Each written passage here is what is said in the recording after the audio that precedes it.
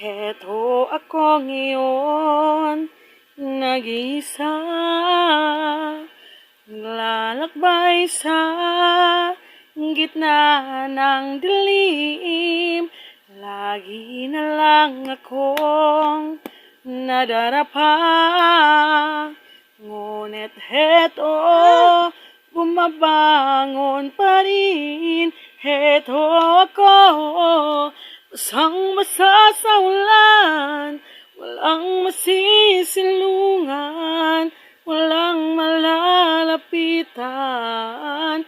Sana may luha pa akong mailuluha, at nang mabawasan ang aking kalungkutan. Dumi at putik ng aking